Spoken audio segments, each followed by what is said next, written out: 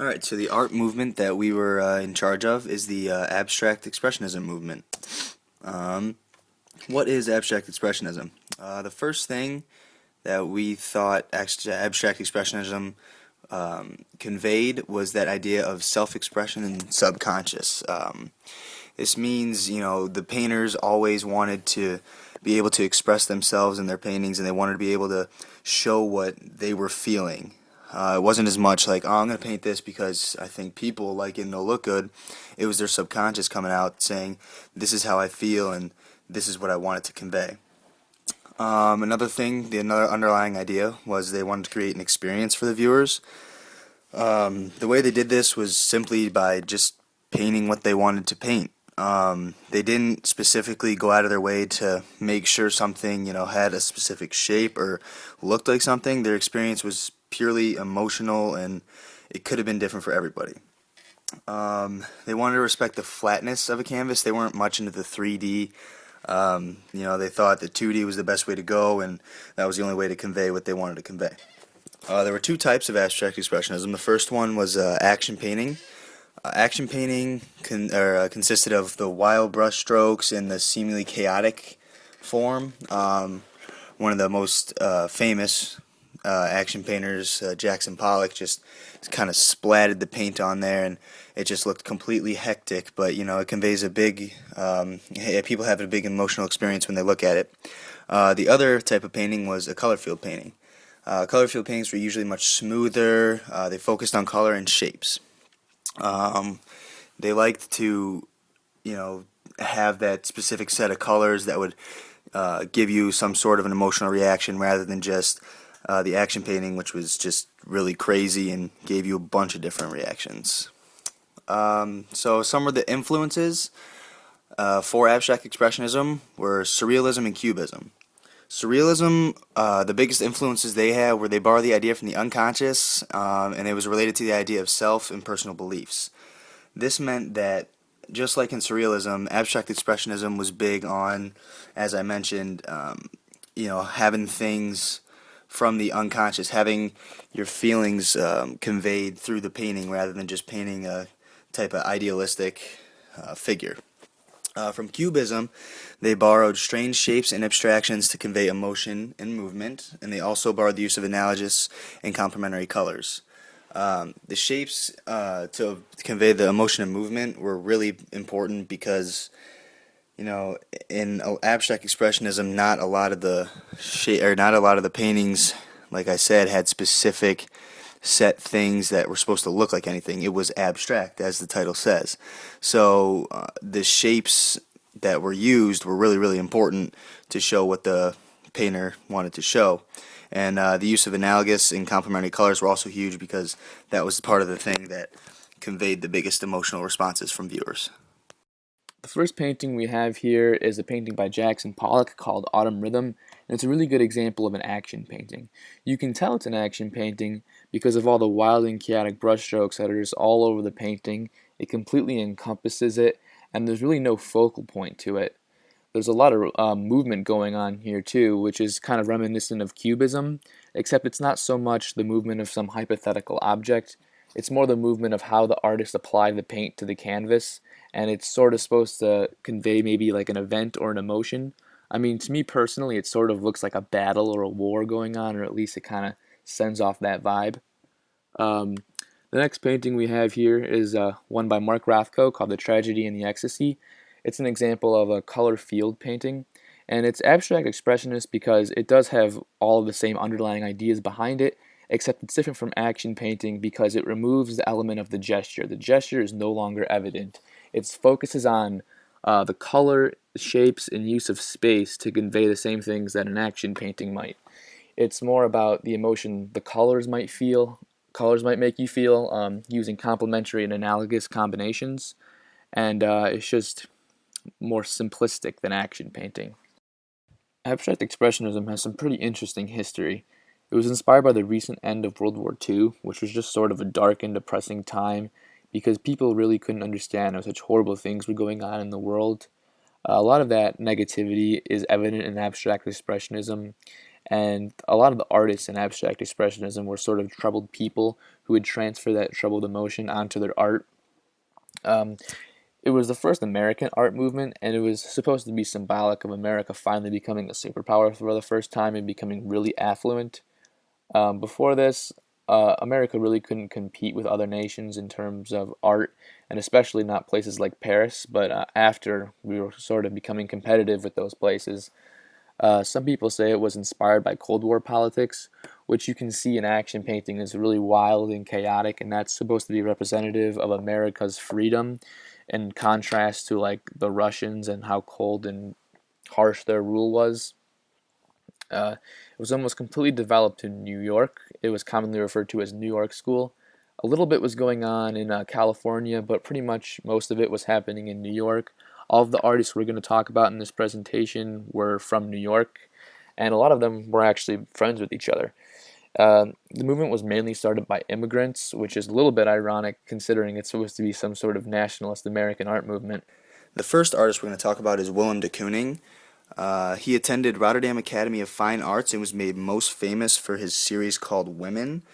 The series Women is exactly as it sounds. It's a bunch of different paintings that resembled women.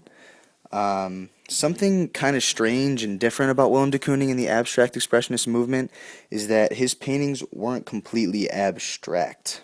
Many of the other abstract expressionist painters would paint something and you wouldn't be able to tell what the subject was. It was a bunch of wild brushstrokes in different colors, and you wouldn't be able to say, oh, I can see a woman in that, I can see a man in that. There was really no specific subject. However, Willem de Kooning, he had that. You could tell there was some sort of resembled figure in a lot of his paintings, such as in Women. You could tell there was a human figure. It may not necessarily look like a woman, but it is abstract, and you can tell that it's a human figure. De Kooning was definitely an action painter. He had that crazy, chaotic, wild brushstrokes and a lot of different colors. He was highly influenced by Cubism. This was because a lot of the figures that he painted had very geometric shapes, such as in the series Women, his women were created from many geometric shapes. Willem de Kooning said the abstractions he created were a combination of not only self-expression and the underlying conscious feelings, but also it was a commentary on society. So he was really interested in not only evoking specific emotions from people, but also making a comment on how he viewed the subject he was painting in society today, or back then. The first painting we're going to analyze is Women 5. It is literally the fifth painting in the series Women, so therefore it's called Women 5. And the first thing right away that jumps out at me is the fact that the woman in this painting is so abstract. Now this is what I was talking about. In a lot of the other paintings that you're going to see later in the presentation, there is no subject. In this you can tell that there is a subject and it's apparently a woman, where if I didn't know the title of this, I would just see it kind of as a random human being looking figure, but you can tell that this subject is completely abstract, and that's where de Kooning is different, because you can actually tell there's a figure in this painting. It's definitely action field just for the fact that there's so many wild and chaotic brush strokes, and the colors are just blended in different ways, and it evokes certain emotions for de Kooning as it does for us. The color doesn't look planned.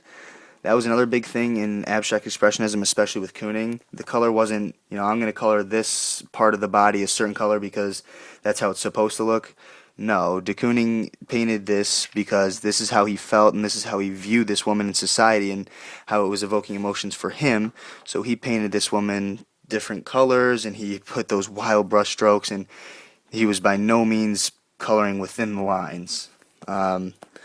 For me, the specific emotion that it evokes is just an overwhelming feeling. I'm not exactly positive what he was seeing in this woman, but if it was me, I'd see that it was just crazy and that everyone's kind of different, because this woman is so abstract and all the colors and chaotic brushstrokes, you can tell that it's definitely an abstract expressionist painting. Next, we have a short clip of an interview with de Kooning that we thought was really cool, and it just talks about some of his styles and how he comes up with his paintings. So here you go. The next artist we have to talk about is Mark Rothko. He was an immigrant from Russia, and he was known for colored field painting. He would paint different colored rectangles stacked up on different colored rectangles, and that was pretty much all he would paint in his more mature works. You'd be hard pressed to find anything else but that. There was no obvious meaning in his paintings like a lot of the other abstract expressionists. The purpose was to take you somewhere. It was supposed to be an experience that you just soak in and let yourself feel the emotions of the painting. In some ways, he kind of had the underground artist mentality, meaning that he was afraid that him being mainstream would taint the message of his paintings. He thought people would just be looking at them because they're popular and not be experiencing them in the way that he intended them to be experienced. He was all about, the individual experience and emotion. He would come to the painting with an emotion, and he would try to put that on the canvas and get the viewer to feel the same emotion when they looked at it. Here's a good example of one of his paintings that I think we showed this earlier. It's called The Tragedy and the Ecstasy. And at first glance, you might look at this and you might think it's a happy painting due to like the brighter color palette. But once you look at the title, you'll realize it's kind of quite the opposite. And the reason it's not quite as happy as you'd expect is because there's actually complementary color use going on here. Orange and blue are opposite each other in the color wheel, and that really creates an intense feel in the painting, especially since the colors are so present. They're the only colors in the painting, and if you stare at it for a while, it feels intense, sort of like a clash between the two colors. And here's the next painting we have. It's called Number 12. It's sort of a more somber and darker color palette, but what's interesting about it is it might not be quite as upsetting as the previous painting, because the color palette isn't as conflicting as the other one. It's a bit calmer, even though it's probably a little bit more somber, I guess. And so there's kind of a contrast of what you'd normally expect it to mean or what you normally expect it to feel at first glance. All right, the next artist is Franz Klein. He attended Boston University and was an action painter in the abstract expressionist movement. Something kind of cool was he used almost exclusively black and white. He was a pretty simple guy when it came to his paintings. He liked to keep things simple. His strokes were pretty different. They resembled calligraphy, so they had that look that it was like an ancient civilization's writing, or I would compare it kind of to like a Chinese writing symbol. So it was pretty cool the way he painted and what he painted. Something else is he had no hidden meaning in what he was painting, because what you saw is what you get. As I said, he was a pretty simple guy. He just painted things because he wanted to paint them. There wasn't anything behind it that he was trying to get at. There was no hidden specific meaning. He painted it just so you could have your emotional reaction or experience while you were looking at it, and that was about it.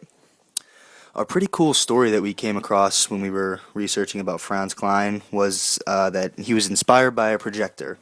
You might not know what this means right off the bat, but it was really cool because Klein was actually pretty good friends with Willem de Kooning, and one time they were playing with a projector, which at the time was pretty new technology.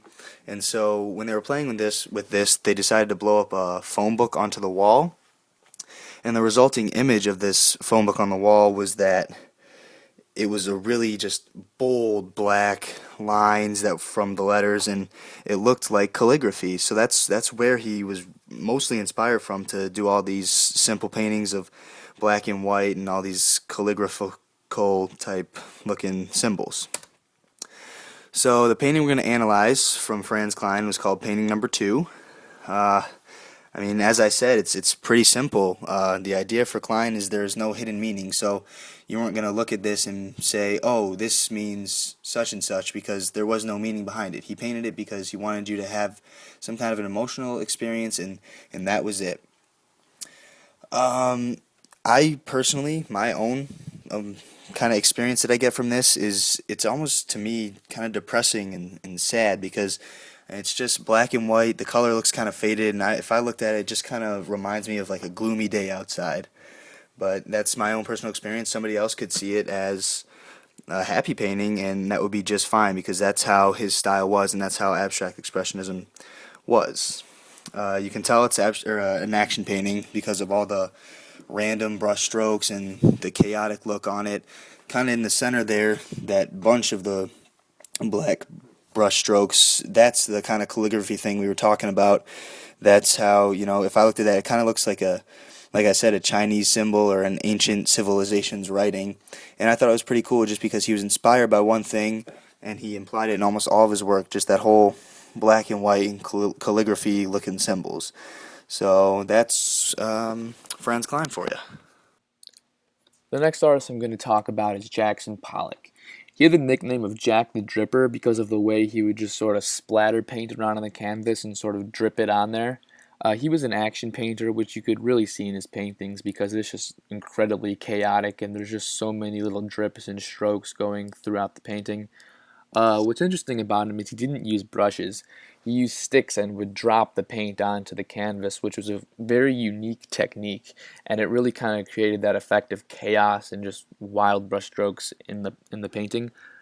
He would focus on subconscious and internal expression like a lot of the other abstract expressionists. When he would go down to paint, he would be painting his emotions and just kind of let it flow through and not necessarily have a 100% solid idea of what he was going to paint.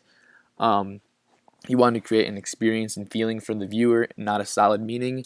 Meaning he wasn't really alluding to anything when he was painting. What you see is what you got. There were no hidden references. It was just an experience and a feeling, and you could maybe even interpret it as an event or something happening, or like a representation of an event, but not necessarily an illusion of a specific one. He was actually the most popular abstract expressionist at the time, I'd say.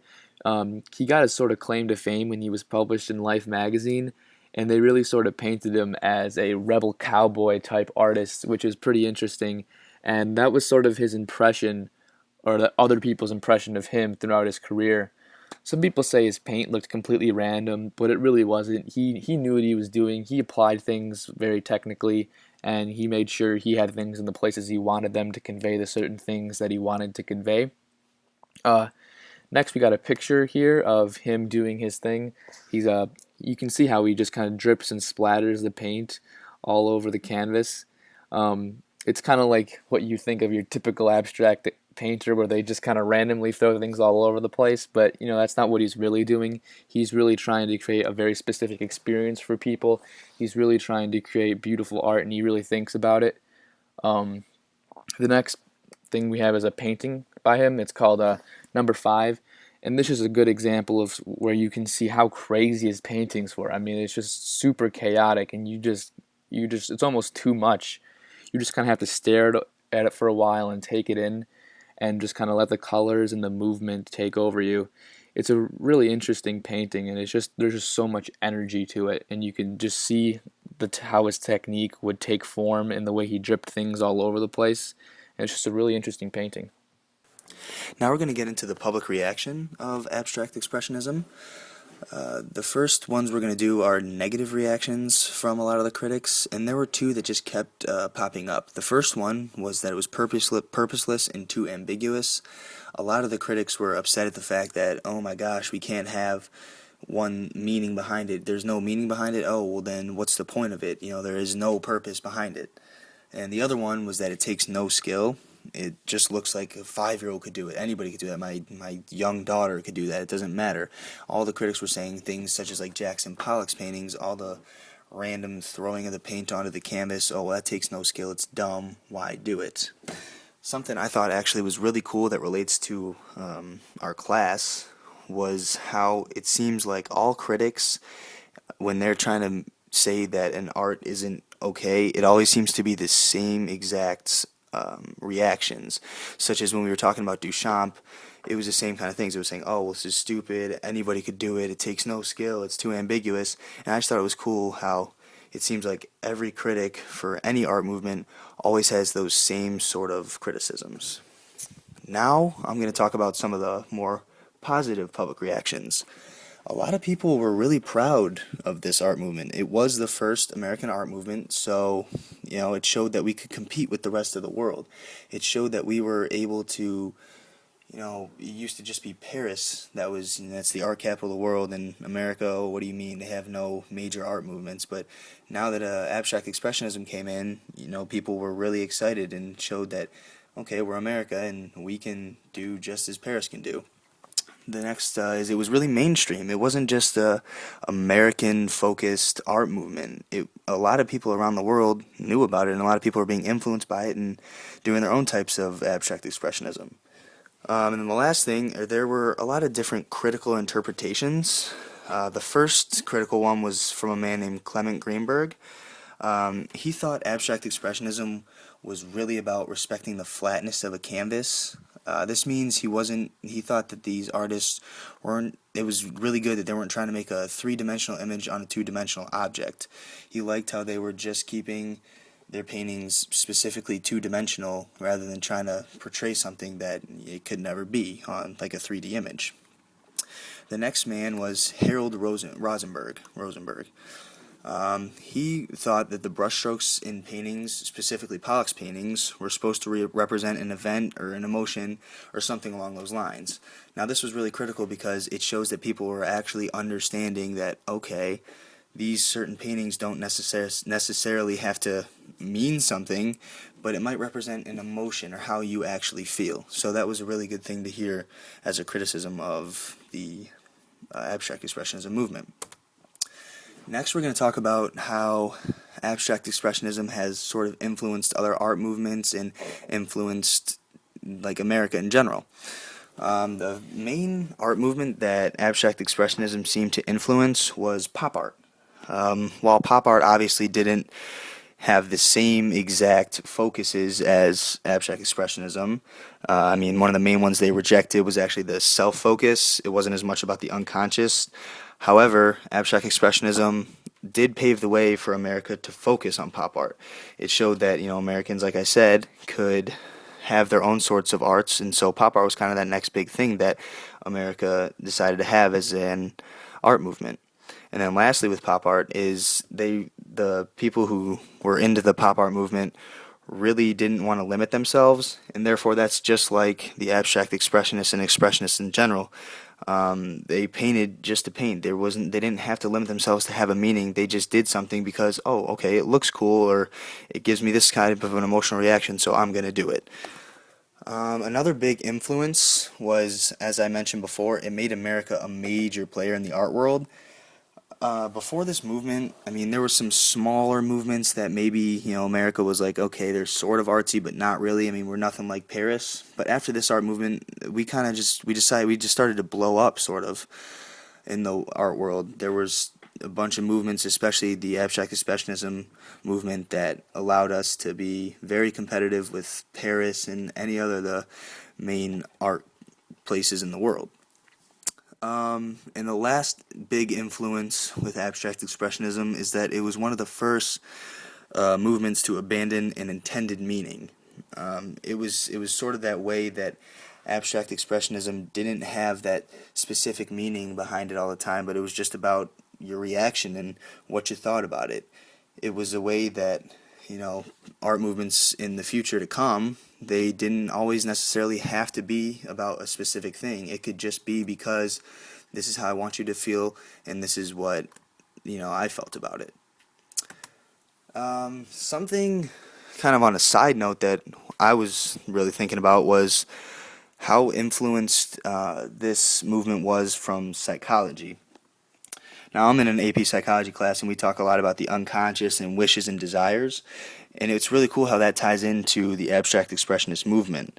There was actually many times while doing the research that we noticed a lot of people were, giving Freud credit to the unconscious thoughts and wishes and desires and things like that, and that's just how it really, really influenced abstract expressionism, because people painted what they felt inside rather than what they thought the viewers would like and what specific things had to mean.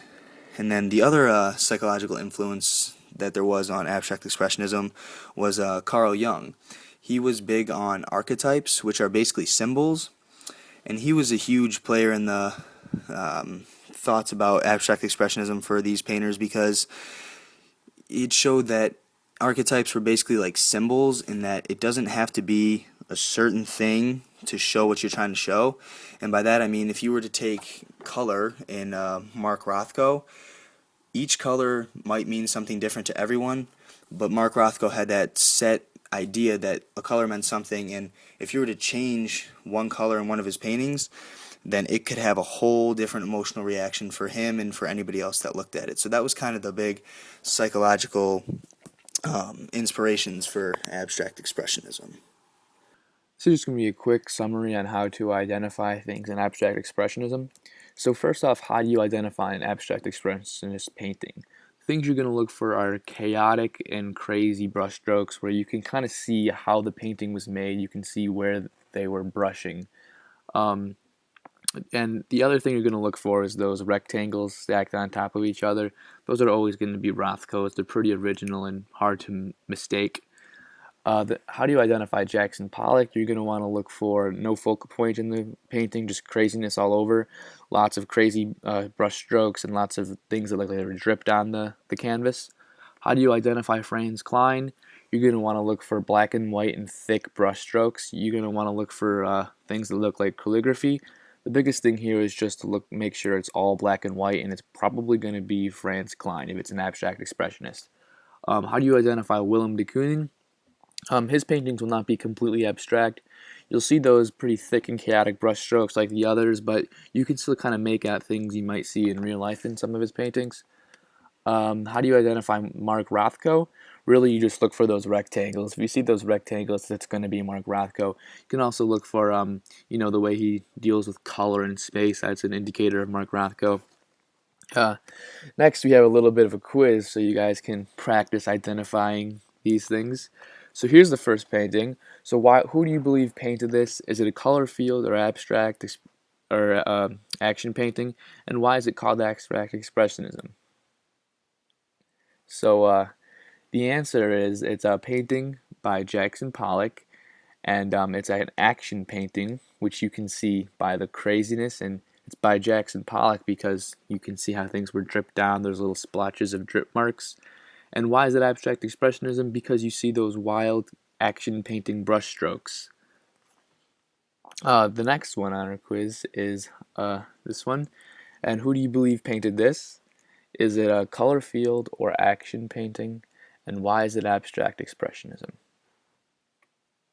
This is one of Kooning's Woman, and you can tell it's Kooning because you can still see a face in there. You can kind of tell that it's a woman, but you still see those crazy brushstrokes all over the place.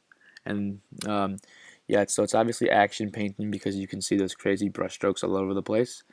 And why is it abstract expressionism? Pretty much the same reason, those crazy brushstrokes all over the place. And that's it.